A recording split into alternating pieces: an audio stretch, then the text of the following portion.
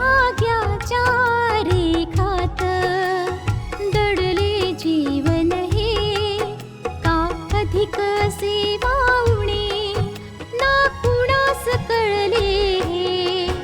रेखा ही भाग्याची, रेखा ही भाग्याची, रेखा ही भाग्याची, रेखा ही भाग्याची.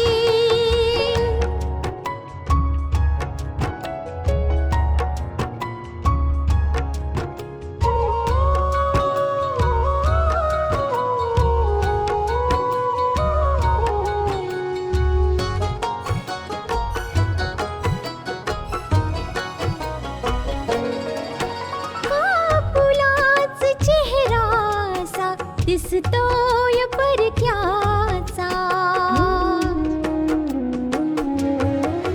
कापुलाच चेहरासा दिसतोय परक्याचा.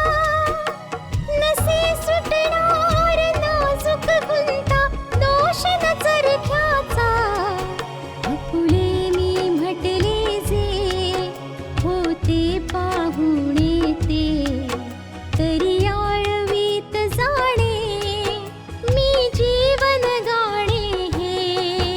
रेखा ही भाग्याची, रेखा ही भाग्याची, रेखा ही भाग्याची, रेखा ही भाग्याची. आतापर्यंत आपण पाहिलं बलराजच्या घरात या गोष्टीवरून खळबळ मचलीये की तो कोण होता आणि त्याच्या हातात कॅमेरा का होता. गोविंद शंका व्यक्त करतो की त्याला आशाने पाठवलं असेल. पल्लवी गायत्रीच्या समोर सांगते की ती गोविंदला नक्की वाचवेल. गोविंद मुन्नाला भेटून त्याला शाबासकी देतो. आशा न्यायालयात जायला निघालीये. गोविंद एका दुसऱ्या वकिलाला सक्सेनाला भेटतो आणि म्हणतो की त्याला पल्लवीवर अजिबात विश्वास नाहीये. गोविंद सक्सेनाला आपला प्लॅन सांगतो. आता पुढे. युअर ऑनर, आपल्या देशाकरता ही खूपच दुर्दैवाची बाब आहे की एका छोट्याशा गोष्टीसाठी हत्या केली जाते, ज्या बाबतीत आपण विचारही करू शकत नाही. 10 रुपयांसाठी भांडण आणि हत्या केली जाते. ही गोष्ट हेच स्पष्ट करते की आता लोकांच्या मनात कायद्याची भीती उरली नाहीये. आणि गुन्हे रोखण्याकरता सगळ्यात पहिली गरज आहे की लोकांच्या मनात कायद्याची भीती निर्माण केली जावी. युअर ऑनर, एका छोट्याशा गोष्टीमुळे अहंकाराने भरलेला माणूस एका युवकाला गोळी मारून त्याची हत्या करतो. असं नाही होता कामा युअर ऑनर. आज मी न्यायालयासमोर ही मागणी करते की सगळे पुरावे पडताळून पाहिल्यानंतर गोविंद कपूरला कठोरात कठोर शिक्षा व्हावी.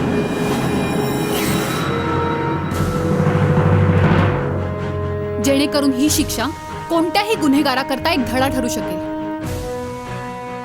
That's all your honour.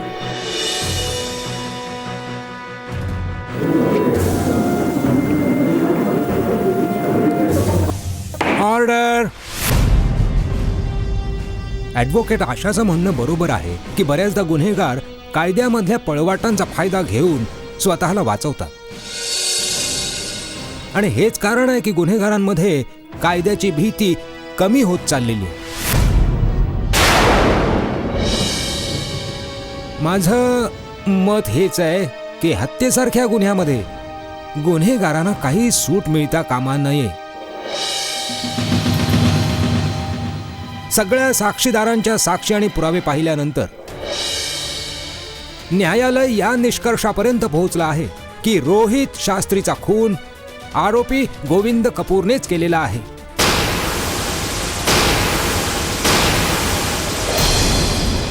म्हणूनच हे न्यायालय गुन्हेगार गोविंद कपूरला. थांबा जरा जज साहेब.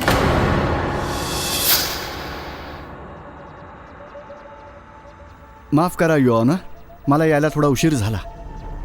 खरं तर या केसमध्ये काही असे पुरावेही आहेत जे शिक्षा ऐकवण्यापूर्वी न्यायालयाने नजरेखालून घालायला हवे. हे काही व्हिडिओज आहेत. माझं म्हणणं आहे की एकदा न्यायालयात हे दाखवण्यात यावेत.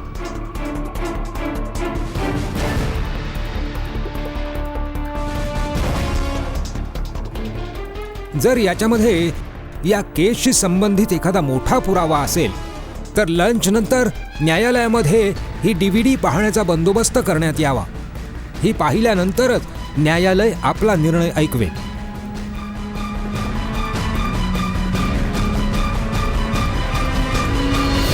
मी हा विचार करत होतो की कदाचित तो वकील तुझ्या सांगण्यावरून तर कोर्टात नाही आला.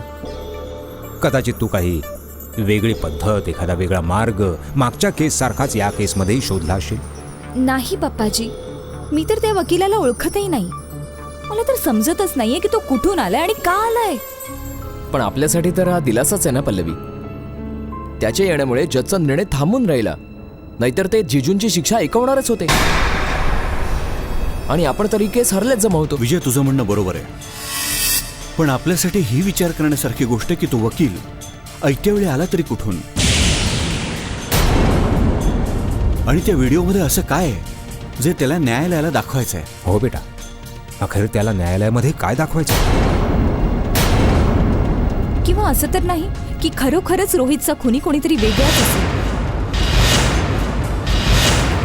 त्या व्हिडिओमध्ये नक्की काहीतरी असं आहे जे या केसला एक नवीन वळण देऊ शकतं. पण त्या व्हिडिओमध्ये काय असू शकतं. विजय, जरा तूच विचार कर. त्या व्हिडिओमध्ये जर असं काही असतं ज्याने जेजू गुन्हेगार असल्याचं सिद्ध झालं असतं तर तो व्हिडिओ आणण्याची गरजच नव्हती. जिजूंना तर तसंही शिक्षा होणारच होती, पण त्या वकिलांनी जजने निर्णय ऐकवण्यापूर्वीच तो व्हिडिओ पाहण्याची रिक्वेस्ट केली होती. याचा अर्थ त्या व्हिडिओमध्ये नक्कीच काहीतरी असं आहे जे आपल्याला नाही माहीत. काय असेल त्या व्हिडिओ. जावई बापू, यात तुम्ही काही सांगू शकता. पप्पा पप्पा मला काय माहित. मला तर स्वतःला आश्चर्य वाटते की हे काय चाललंय. न्यायालयात तो व्हिडिओ प्ले होणारच आहे. बघूया अखेर त्या व्हिडिओमध्ये आहे तरी काय.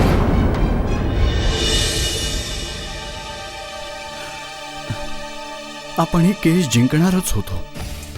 जज गोविंदच्या विरुद्ध निर्णय ऐकवणारच होते. मग हा अचानक नवीन वकील कुठून आला. नानू, त्याला नक्की कोणीतरी पाठवलंय. पण कोणी पाठवलं असेल. मला तर वाटतंय नानू, तो वकील इथे बाहेरच कुठेतरी थांबला असावा. तो वाट बघत असेल की हा निर्णय कोणाच्या बाजूने लागतो, आणि जसं त्याने पाहिलं की निर्णय आपल्या बाजूने लागतोय, गोविंद कपूरला शिक्षा सुनावली जाते, तो आत आला. याचा अर्थ म्हणजे त्याला गोविंदने बोलवलेलं आहे. होऊ शकतं नानू, या गोष्टीची शक्यता नाकारता येत नाही. होऊ शकतं याच्यात रिधिमा किंवा आणखी कोणाचा हात असेल. पण बेटा, सगळ्यात मोठा प्रश्न तर हा आहे की त्या व्हिडिओमध्ये काय आहे. आणि आपल्या सगळ्यांना हे चांगलंच माहितीये की खुनी गोविंद आहे. नानू, आता तर न्यायालयालाही पटलंय. सगळे पुरावे न्यायालयासमोर आणलेले आहेत, आणि नेमकं याच वेळी त्या वकिलाचं येणं खूप मोठं कारस्थान आहे.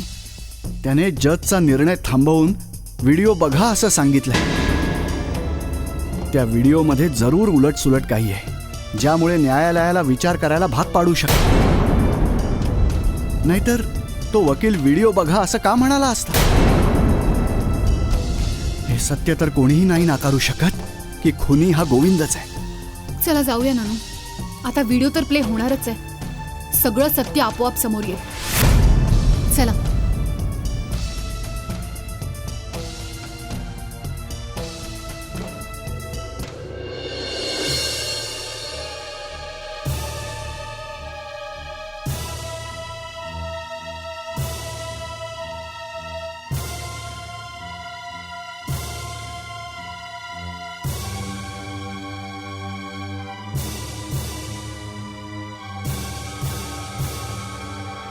व्हिडिओ सुरू करा.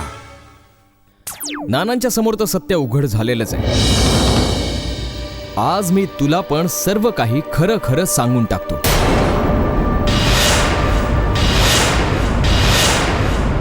त्यानंतरच तू काय तो निर्णय घे की तुला नक्की काय करायचं. खरं म्हणजे रोहितचा खून जिजूंच्या हातून नव्हता झाला. रोहितचा खून माझ्या हातून झाला.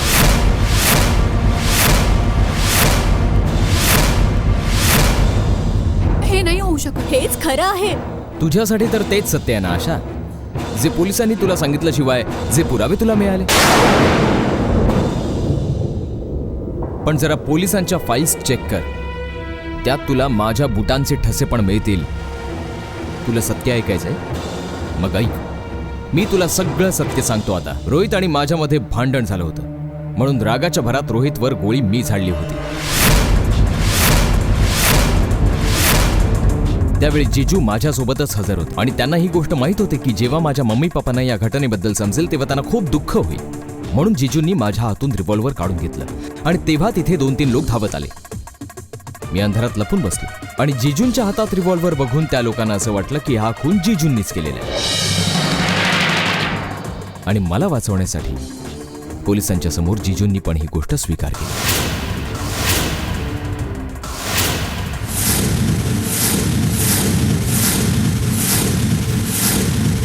गप्प कायस? उत्तर दे. आता काय बोलायचंय तुला? खरं तर मी आहे तो खुनी. आता दे मला फासावर. अगं स्वतःला न्यायाची कैवारी म्हणवतेस ना तू?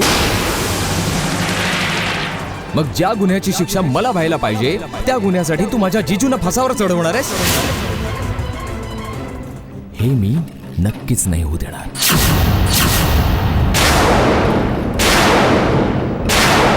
रेखा ही भाग्याची. असं नाही होऊ शकत. खोटं बोलताय तुम्ही दोघं. खोटं बोलताय ना? माझा निश्चय तोडण्यासाठी खोटं रचून सांगताय ना? नाही आशा, मला तुझा निर्णय ऐकायचा आहे. खरा खुनी मी आहे. मग काय अजूनही तू न्यायाची बाजू घेणार? कारण खरा न्याय हाच असेल की शिक्षा मला व्हायला हवी. कायद्याने तू गोविंदला शिक्षा मिळवून देण्याचा प्रयत्न करतेयस, पण हा न्याय तर नाहीच आहे मुळी. आणि ही गोष्ट आता तुलाही विसरायलाच लागेल. मला तुझं उत्तर पाहिजे आशा. खरा खुनी मी आहे आणि ही गोष्ट तू सिद्ध नाही करू शकत. आणि जिजूंना शिक्षा मिळवून देऊन तू तुझीच तत्व धुळीला मिळवशील, जो न्याय असणारच नाही मुळी.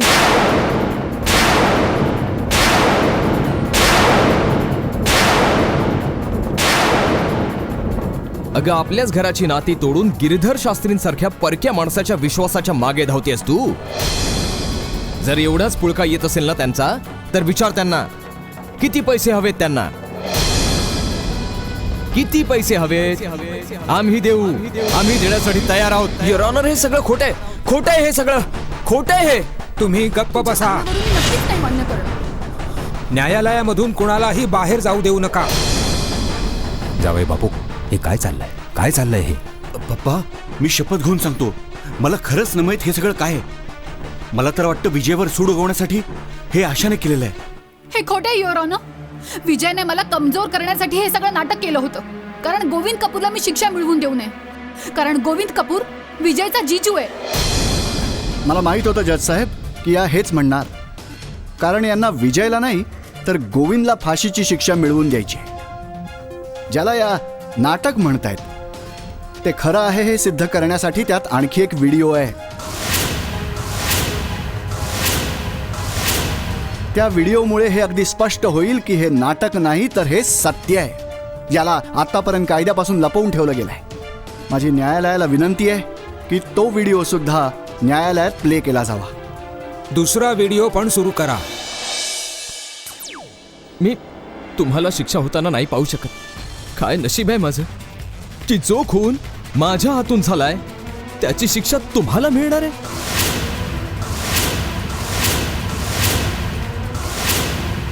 काही केल्या तुम्ही ही गोष्ट का नाही विसरू शकत की तो खून तुमच्या हातून झाला होता, माझ्या हातून नाही. तो आरोप मी माझ्या डोक्यावर घेतलाय. पोलिसांना पटलं मी खुनी येते. प्लीज प्लीज आता कोणाच्याही समोर तुम्ही हे नका बोलू की तो खून तुम्ही केला होता.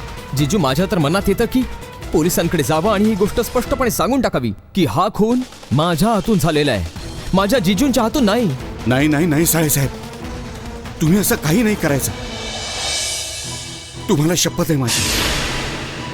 तुम्ही कोणाच्याही समोर ही गोष्ट नाही बोलायची की तो खून तुम्ही केला होता.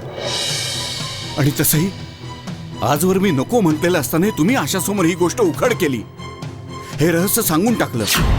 का केलं साहेब तुम्ही असं का केलं? यापेक्षा जास्त आणखीन काय वाईट असणार की जिला पत्नी बनवून मी या घरात आणलं ती तुम्हाला शिक्षा मिळून द्यायला निघाली. जो खून माझ्या हातून झालाय त्या गुन्ह्याची शिक्षा ती तुम्हाला मिळवून द्यायला निघाली. रेखा ही भाग्याची. मी कसं गप्प बसायचं जिजू? पण साहेब तुम्ही सांगून सुद्धा काय फायदा झाला? आशाने तुमचं काही ऐकलं तर नाहीच ना? ती खूप हट्टी मुलगी आहे, तुम्हाला कल्पना आहे या गोष्टीची. आणि ती आजही या गोष्टीवर अडून बसली आहे की ती मला गुन्हेगार सिद्ध करेल आणि शिक्षा भोगायला लावेल. मला माझ्या नशिबाच्या हवाली करा साहेब. माझ्या नशिबाचा फैसला तर झालेला आहे. अरे माझ्या आयुष्याचं एक पर्व तर जगून झालेलं आहे. आता तुम्हाला जगताना बघायचं बाकी आहे.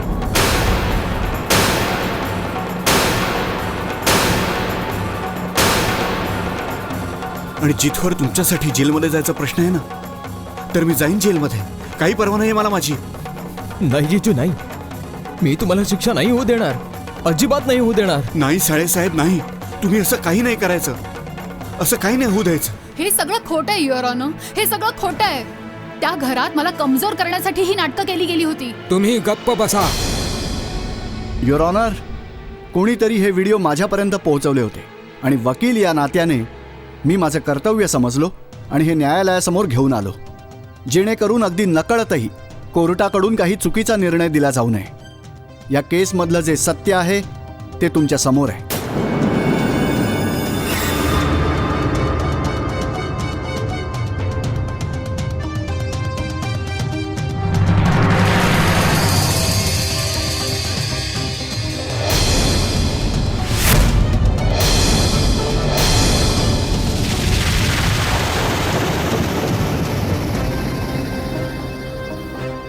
हा व्हिडिओ पाहिल्यानंतर या गोष्टीची काही शंकाच उरत नाही की रोहितचा खून कोणाच्या तरी हातून झालेला. न्यायालय पोलिसांना पुन्हा एकदा नव्याने या केसचा तपास करण्याचा आणि मिस्टर विजय अरोरांना त्वरित अटक करण्याचा आदेश देत आहे.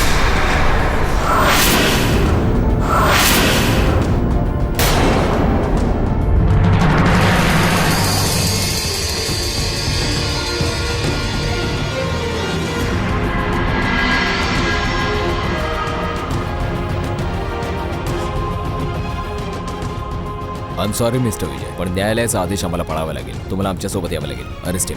सर हे काय बोलता तुम्ही? अरे सोडा मला. युअर ऑनर, हे सगळं खोटं आहे, हे सगळं खोटं आहे. मी काही नाही केलंय, हे सगळं खोटं आहे युअर ऑनर.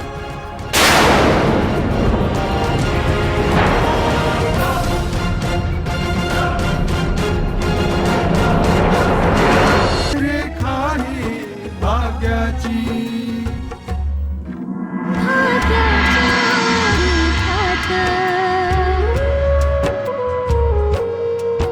भाग्याच्या रेखात दडले जगणे हे का अधिक सेवावणे ना कुणास कळले हे. अपुले मी म्हटले जे होते पाहुणे ते तरी आळवीत जाणे मी जीवन गाणे. भाग्याच्या रेखात दडले जीवन हे का अधिक सेवावणे ना कुणास कळले हे. रेखा ही भाग्याची, रेखा ही भाग्याची, रेखा ही भाग्याची, रेखा ही भाग्याची.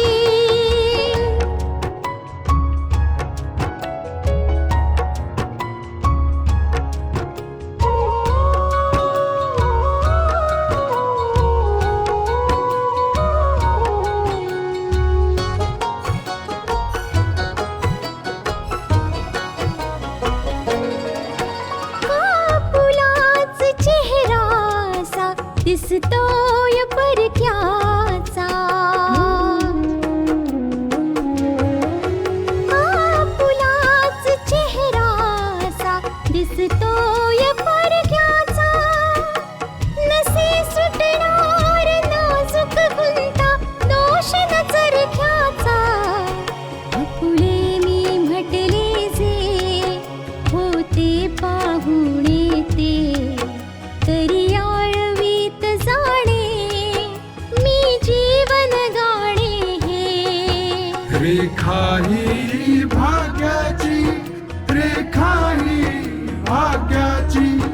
रेखा ही भाग्याची, रेखा ही भाग्याची.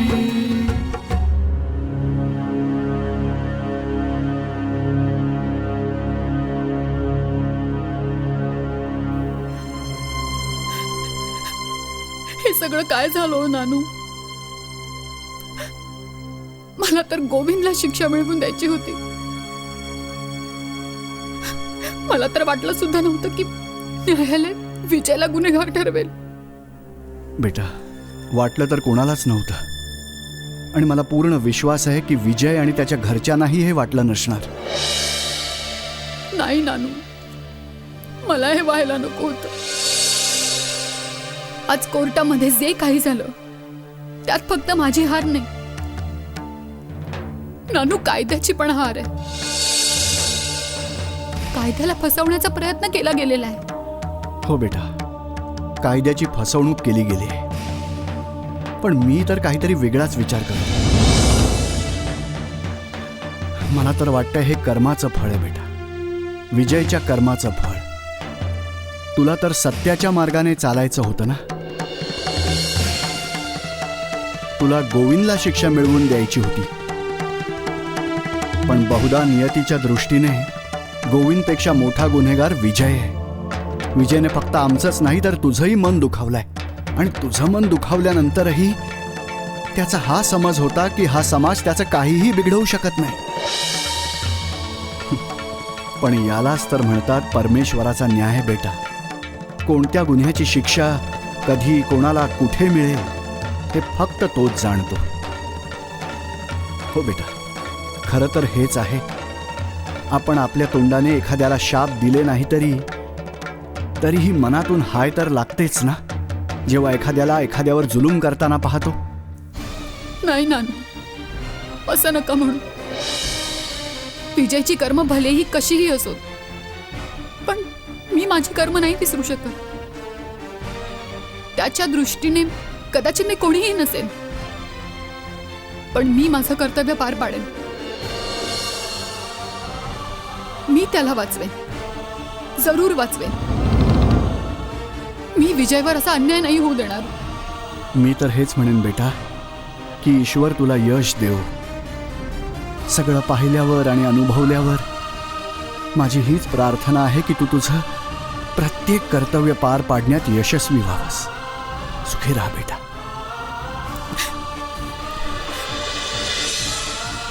बस बेटा बस, धीरानं घेता. आशाने विजयला अटक करवली आहे. आशाने. हो हो, मला हेच म्हणायचंय. कोणी असं म्हणो किंवा न म्हणो, मी जरूर म्हणेन की हे सगळं केलंय ते आशानेच केलंय. त्या व्हिडिओमध्ये विजयने हे स्वतः स्वीकार केले की रोहितचा खून गोविंदने नाही, तर तो खून स्वतःने केलेला आहे आणि गोविंदने याचा आरोप आपल्या डोक्यावर घेतलाय.